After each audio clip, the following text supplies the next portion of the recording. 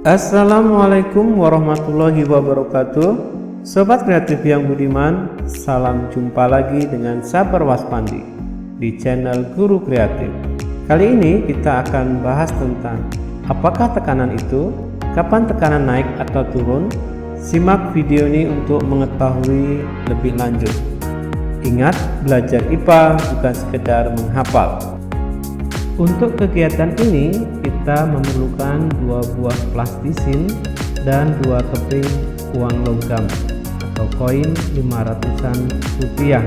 Lengkapnya keterangan ada di buku paket IPA halaman 4. Saat menekan koin dengan posisi tegak atau vertikal, kita memberi gaya di sisi atas koin. Sisi koin yang bawah bersentuhan dengan plastisin. Kemudian koin meneruskan gaya di plastisin, lalu menembusnya dan meninggalkan jejak yang dalam. Sekarang Pak Guru akan mengajukan pertanyaan menarik. Apa yang terjadi jika kita menekan koin dengan posisi horizontal seperti ini dan mencoba menembus plastisin dengan sisi lebar koin? Kita akan kesulitan untuk mendorong koin menembus plastisin, sehingga menimbulkan jejak yang dangkal saja. Apa sebabnya? Alasannya adalah tekanan yang diberikan sisi koin horizontal ke plastisin lebih dari tekanan yang diberikan oleh permukaan horizontal koin. Tapi pertanyaannya, kenapa? Perhatikan area sisi vertikal koin. Sangat tipis dibandingkan dengan luas permukaan horizontalnya. Ini memberitahu kita bahwa luas permukaan di mana gaya bekerja mempunyai makna penting secara fisika. Kita akan memahami ini secara detail. Tetapi pertama-tama kita tentukan tekanan. Apakah sebenarnya tekanan itu? Kita mendefinisikan tekanan sebagai gaya yang bekerja pada permukaan suatu benda bersatuan luas tempat aksinya. Jadi, tekanan adalah gaya persatuan luas. Mudah bukan?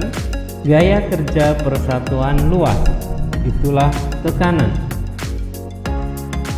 Kita telah mengetahui bahwa satuan gaya dalam sistem internasional adalah Newton yang dilambangkan dengan huruf N.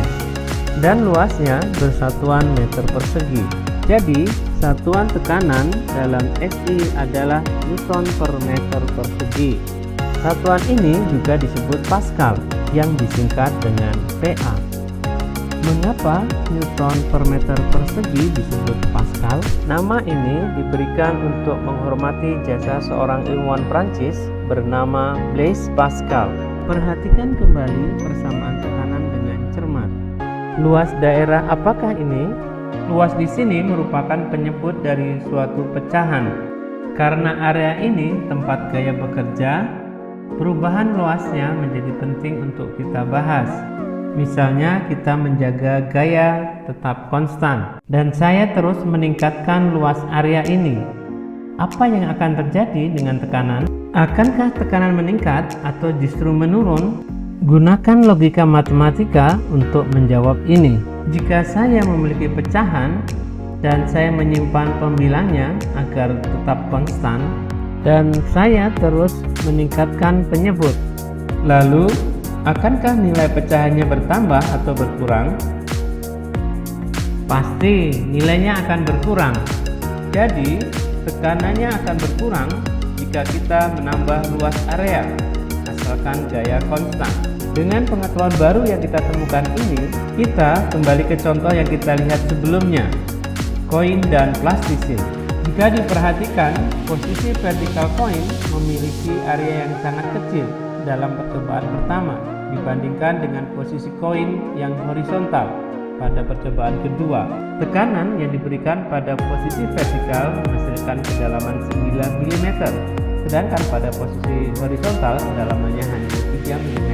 Itulah sebabnya ujung koin lebih mudah menembus plastisin dengan posisi tegak atau vertikal. Penerapan tekanan dalam kehidupan sehari-hari. Anda dapat membantu ayah menggunakan mesin bor untuk membuat lubang di dinding. Anda juga dapat membantu ibu menggunakan pisau dapur untuk memotong sayuran.